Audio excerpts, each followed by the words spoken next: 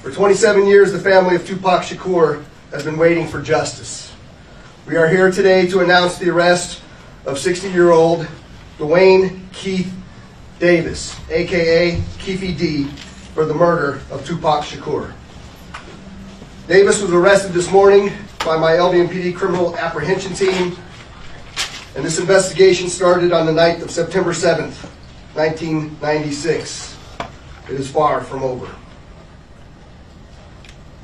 It has taken countless hours, really decades, of work by the men and women of our homicide section to get to where we are today.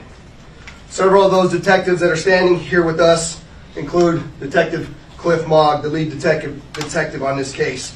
He is now retired. While I know there's been many people who did not believe that the murder of Tupac Shakur was important to this police department, I'm here to tell you that was simply not the case. It was not the case back then, and it is not the case today. Our goal at LVMPD has always been to hold those accountable and responsible for Tupac's violent murder accountable. Just like we do for every homicide victim in our city. Every single victim, every life that is lost is important and remains a priority to this police department. As we methodically built this case to move forward with an arrest, it was also important that at the same time, we're building towards a successful prosecution.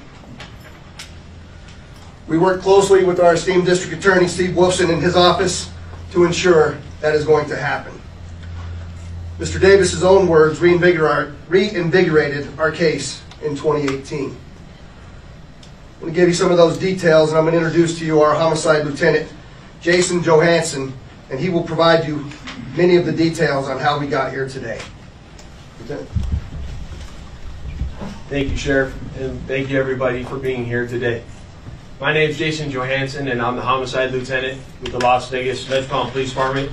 And my goal here today is to walk you through our investigation and what led us to the indictment of Dwayne Davis, also known as Keefy D, for the murder of Tupac Shakur. This case has been reviewed by our homicide team and homicide detectives for over 2.5 decades. And ultimately, our persistence in this investigation has paid off. Let me walk you through a timeline of events that as we know them right now. Prior to September 7th of 1996, as we all know, Tupac Shakur was an artist who was signed with Death Row Records. And that Death Row Records and its CEO, Mary Suge Knight, were closely affiliated with the Mob Piru criminal street gangs, and that they had an ongoing feud with the Southside Compton Crips. Dwayne Davis was the leader and shot caller of the Southside Compton Crips. And both of these gangs operated out of the Southern California area of Compton. On the night of September 7th of 1996, Tupac Shakur, along with Suge Knight, and members of their entourage, which include members of Mob Piru, came to Vegas to attend the Mike Tyson fight at the MGM Grand Garden Arena. Members of the Southside Compton Crips, which included Dwayne Davis, along with his nephew, Orlando Anderson, were also in attendance at the same event. As both were leaving the fight, members of Death Row Records spotted Orlando Anderson near an elevator bank inside the MGM, and at that time they began to kick and punch him near that elevator bank.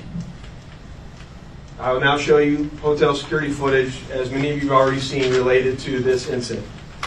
And on this incident, you will see Tupac Shakur, who's wearing a shiny satiny shirt, along with Mary Suge Knight, who's a large man in a brown suit, punching and kicking Orlando Anderson. Lower your phone. Following this incident, you'll see hotel security intervene, and then they will leave the area of the fight.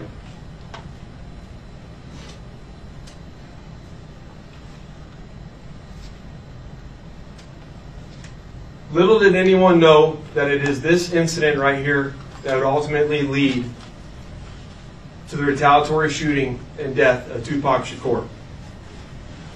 Following this incident, Tupac and Suge Knight both left the MGM to make their way to a post-fight party which was to occur at a local nightclub.